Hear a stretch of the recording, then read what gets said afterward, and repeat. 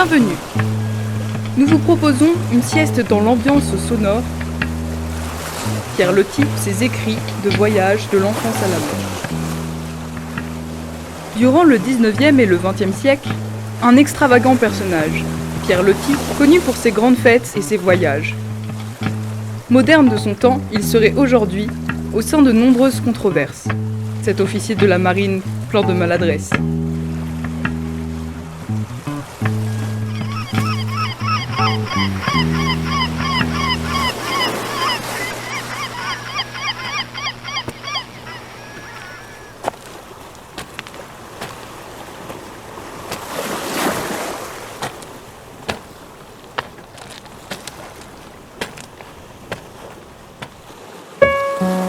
Prime jeunesse, 1867. Entre des vignes déjà dorées et des marais semés de ces gros tas de sel qui, en automne, simulent des tentes de campement, je m'acheminais vers Saint-Pierre, en suivant des petites routes tranquilles, où l'on respirait une brise saline, parfumée par les œillets roses et les immortels des sables.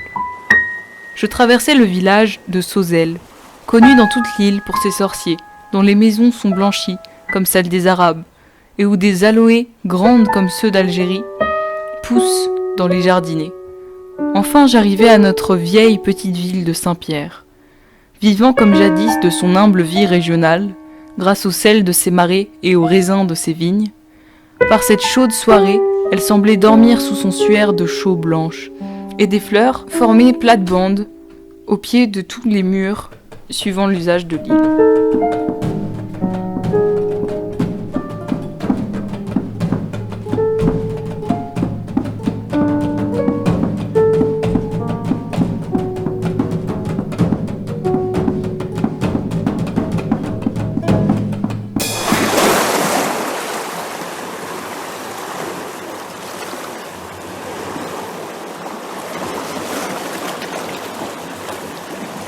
Maison des Aïeuls, 1899. La maison dont je vais vous parler, la maison de l'île, comme on aimait l'appeler dans ma famille autrefois, la maison de mes ancêtres, Ogono, avait été vendue à des étrangers, après la mort de mon arrière-grand-mère.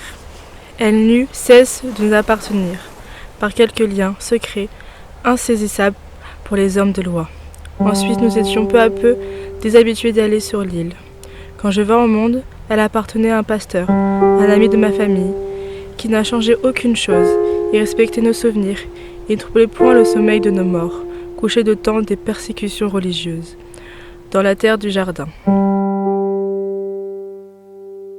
Pendant les premières années de ma vie, ma mère, mes tantes, mes grandes-tantes avaient passé dans cette maison une partie de leur jeunesse. La silencieuse demeure n'a pas été plus modifiée au-dedans que dehors. Les détails même ont resté intacts. En montant à l'étage supérieur, j'ai la fantaisie d'ouvrir certains placards de l'escalier qui, dans les histoires d'enfance de mes aïeux, jouaient souvent un rôle. Sur les étagères se tenaient des pots venant s'amuser les enfants du temps passé. Dans cette chambre-là, je savais que ma mère, étant toute petite fille, ait commencé à écrire. S'était amusée une fois à graver son nom sur la vitre de la fenêtre, avec le diamant d'une bague. Je n'espérais point retrouver cela, mais le carreau a miraculeusement résisté à 60 années de possession étrangère. Inscription y est encore, Nadine. Alors je fermais à demi les yeux.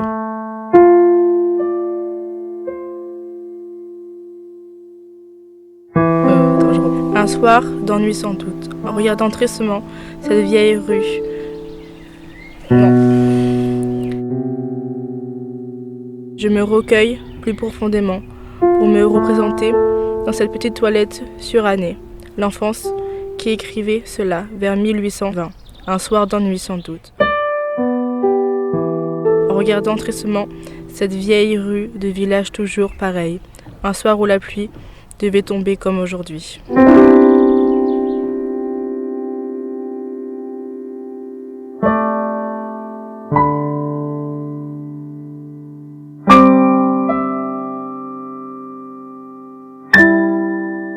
Jérusalem, année 1894.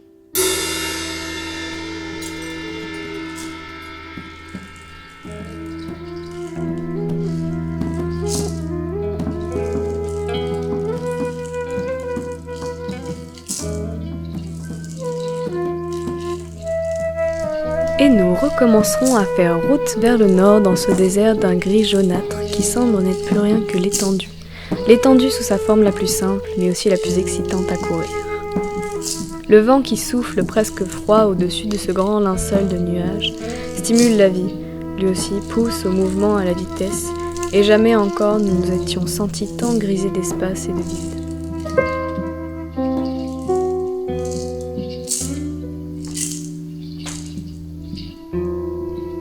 Et nous recommencerons à faire route vers le nord, dans ce désert d'un gris jaunâtre qui semble n'être plus rien que l'étendue. L'étendue sous sa forme la plus simple, mais aussi la plus excitante à courir. Le vent qui souffle presque froid au-dessus de ce grand linceul de nuages stimule la vie lui aussi, pousse au mouvement à la vitesse, et jamais encore nous nous étions sentis tant grisés d'espace et de vide. Le désert se maintient lisse et pareil. Au loin pourtant, sous de lourdes nuées qui traînent, des ondulations commencent à se dessiner, comme une première levée de houle sur une immobile mer. Des lézards scameux, couleur du sol et de l'étendue, traversent à tout instant la caravane, sous les pieds de nos bêtes.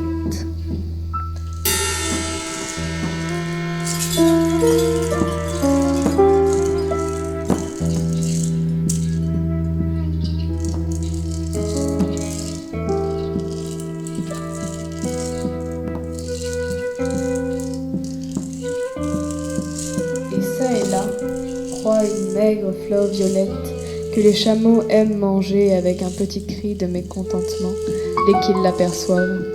Ils tirent sur la guide de laine noire et tendent leurs longs coups abaissés vers la terre. Nous avons laissé ce matin sur notre droite la route des pèlerins de Syrie, et il n'y a plus sur le sol aucune trace, aucune sente pour nous guider. Le désert se maintient lisse et pareil.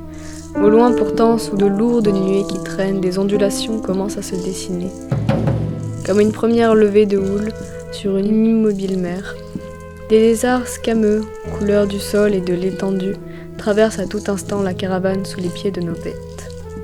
Et ça et là, croît une maigre fleur violette que les chameaux aiment manger.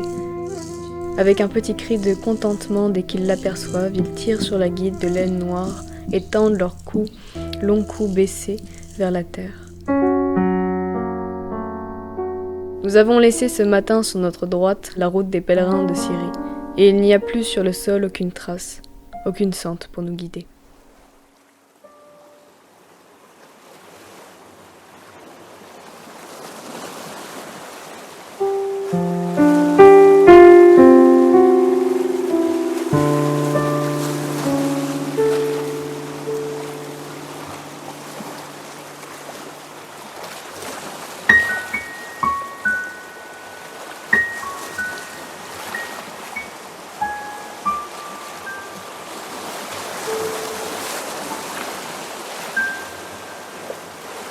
Japon, décembre 1900.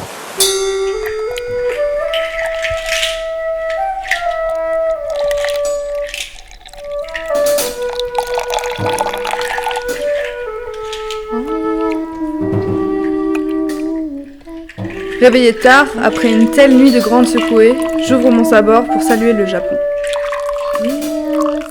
Et il est bien là, toujours le même, à première vue du monde, mais uniformément feutré de neige, sous un pâle soleil qui me déroute et que je ne lui connaissais point.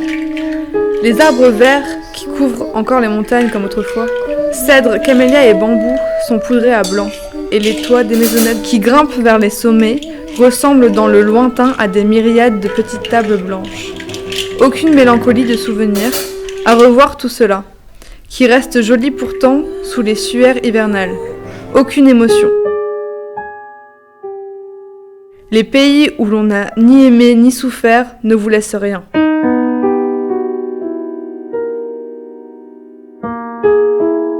Aux seuls aspects de cette baie, quantité de choses et de personnages oubliés se représentent à mon esprit.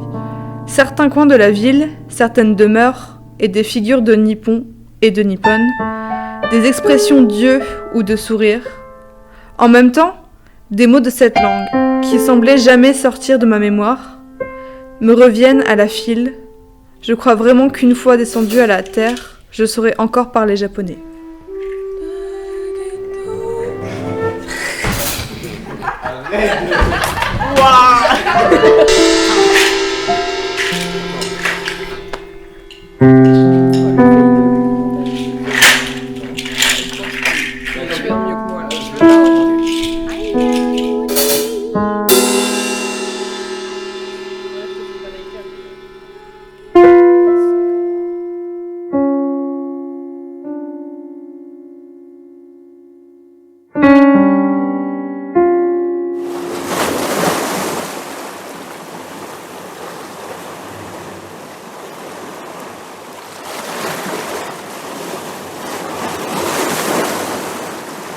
Polynésie, année 1872.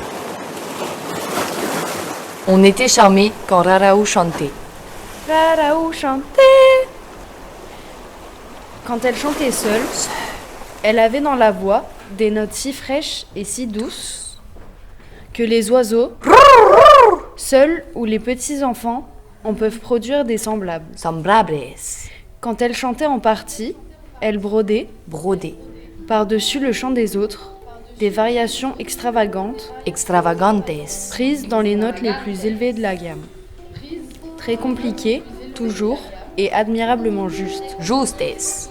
Il y avait à Apiré, comme dans tous les districts tahitiens, un chœur appelé Imene, lequel fonctionnait régulièrement sous la conduite d'un chef et se faisait entendre dans toutes les fêtes indigènes. Raraou en était un des principaux sujets et le dominait tout entier de sa voix pure. Le chœur qui l'accompagnait était rock et sombre. Les hommes, surtout, y mêlaient des sons bas et métalliques. Sorte de rugissement qui marquaient les dominantes et semblaient plutôt les sons de quelques instruments sauvages. L'ensemble avait une précision à dépiter les choristes du conservatoire. L'ensemble avait une précision à débiter les choristes. On était charmés quand Raraou chantait. Ok, c'est bon. On était charmés quand Raraou chantait.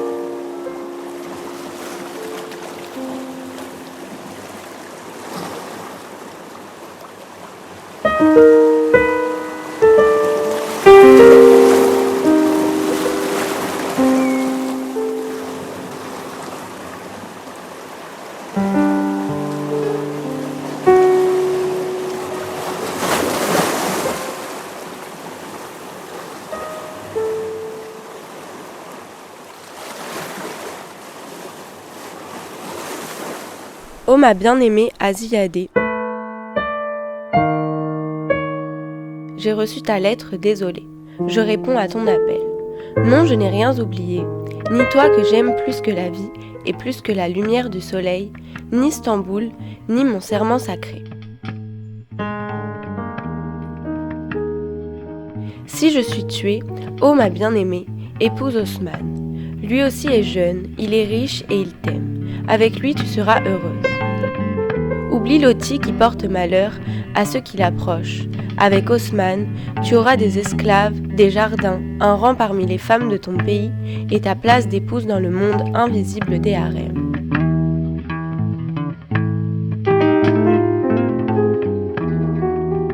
Si tu acceptes tout cela, ma bien-aimée, Si tu m'aimes tant que tu veuilles tout supporter, si tu veux fuir, alors viens, je t'adore et je t'attends.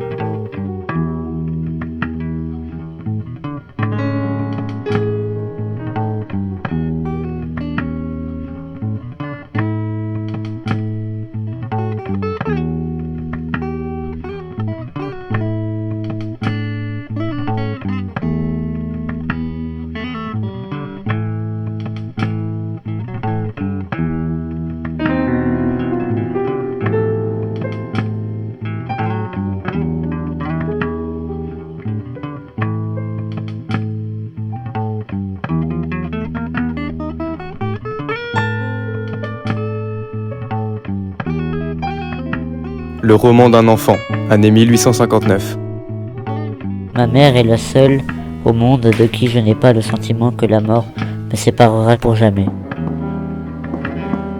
Avec d'autres créatures humaines que j'ai adorées de tout mon cœur, de toute mon âme, j'ai essayé ardemment d'imaginer un après quelconque, un lendemain quelque part ailleurs, je ne sais pas quoi d'immatériel ne devant pas finir. Mais non, rien. Je n'ai pas pu, et toujours, j'ai eu horriblement conscience du néant des néants, de la poussière des poussières, tandis que ma mère, j'ai presque gardé intactes mes croyances d'autrefois. Il me semble encore que, quand j'aurai fini de jouer en ce monde mon bout de rôle misérable, fini de courir par tous les chemins non battus après l'impossible, fini d'amuser les gens avec mes fatigues et mes angoisses, j'irai me reposer quelque part où ma mère, qui m'aura devancé, me recevra. Et ce sourire de sereine confiance qu'elle a maintenant sera devenu alors un sourire de triomphante certitude.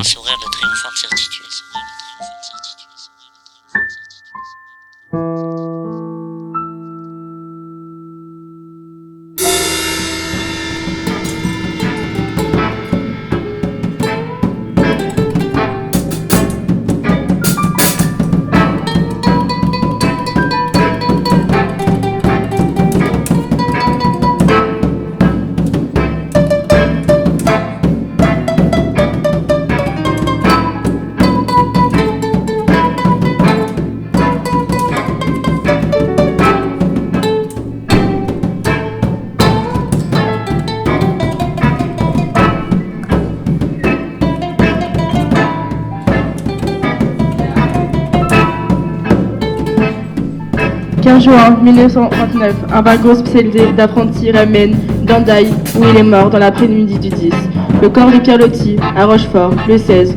On l'embarque sur l'avion Chamor descend de la Charente pour inhumer dans le jardin de sa maison des aïeux, à Saint-Pierre-de-Léron. Ce dernier voyage, du pays basque à la Sorbonne, du continent de l'île Atlantique, du train, par bateau, des fleuves, en mer, semblait un résumé de la géographie intime vécue durant des décennies par l'écrivain voyageur, qui revendiquait haut et fort son indéfectible appartenance à la terre charentaise et à son autre région du sud-ouest. Si les Parisiens croyaient que je suis breton, si tous croyaient que je suis exotique, en réalité je suis sardonier. Le roman imprimé à bien des égards, citoyen du monde, représentant d'une écriture de voyage hostile entre reportage impressionniste et poésie empreinte de nostalgie. Regard anthologue, écrit décolarisé, personnalité flamboyante et incontestablement enracinée. Une chose par exemple que je m'accroche et que personne ne peut me refuser, c'est cette attache profonde que mon père m'avait inculquée.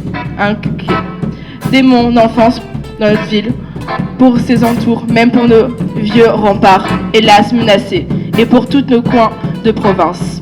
Discours de remerciement lors de la ville reconnaissance de la Fiesta, le 26 janvier 1910. Lorsqu'il était nommé commandant de Jarveol sur l'habitation en octobre 1991, et que le Pays basque est alors succédé pour seconder la patrie de la Bretagne, Loti devient l'usager du nouvel espace régional. On peut ainsi accéder dans sa vie, comme dans ses œuvres, une cartographie aux airs atlantiques. Il suffit de lire son journal intime au cours d'une publication intégrale pour reconstruire une cartographie inédite, où le nomades, trépides, circulent à cheval, en calèche, en voiture et traînés par 2 poneys basques. En bicyclette aussi, celui-ci qui revendiquait sa sédentarisation comme une patrie jamais négociable, ne cesse de la quitter, sinon elle a trahi, pour mieux ou meilleur sans doute pour y revenir. Et celui qui associe la modernité technologique à une catastrophe, refusait l'électricité domestique et toute vision positive de l'instrumentalisation, ne cesse d'avoir des recours de nouveaux moyens de transport. L'automobile, au masculin, ne parle pas. Il l'a dominé. Le 9 octobre 1905, par exemple, déjeuner à Patrice chez le Thomas vers 4 heures.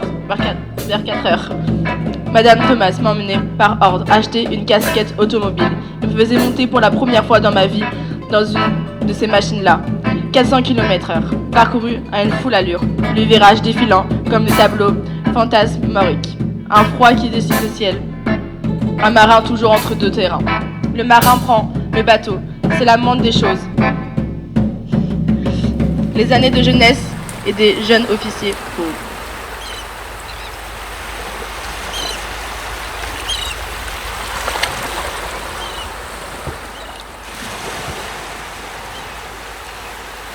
Une sieste sonore.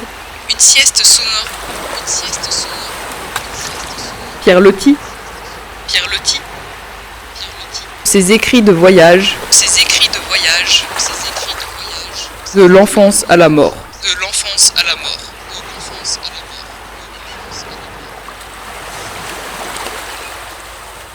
Une production des élèves de première A et de première C du lycée expérimental de Saint-Trojan. 7 mots.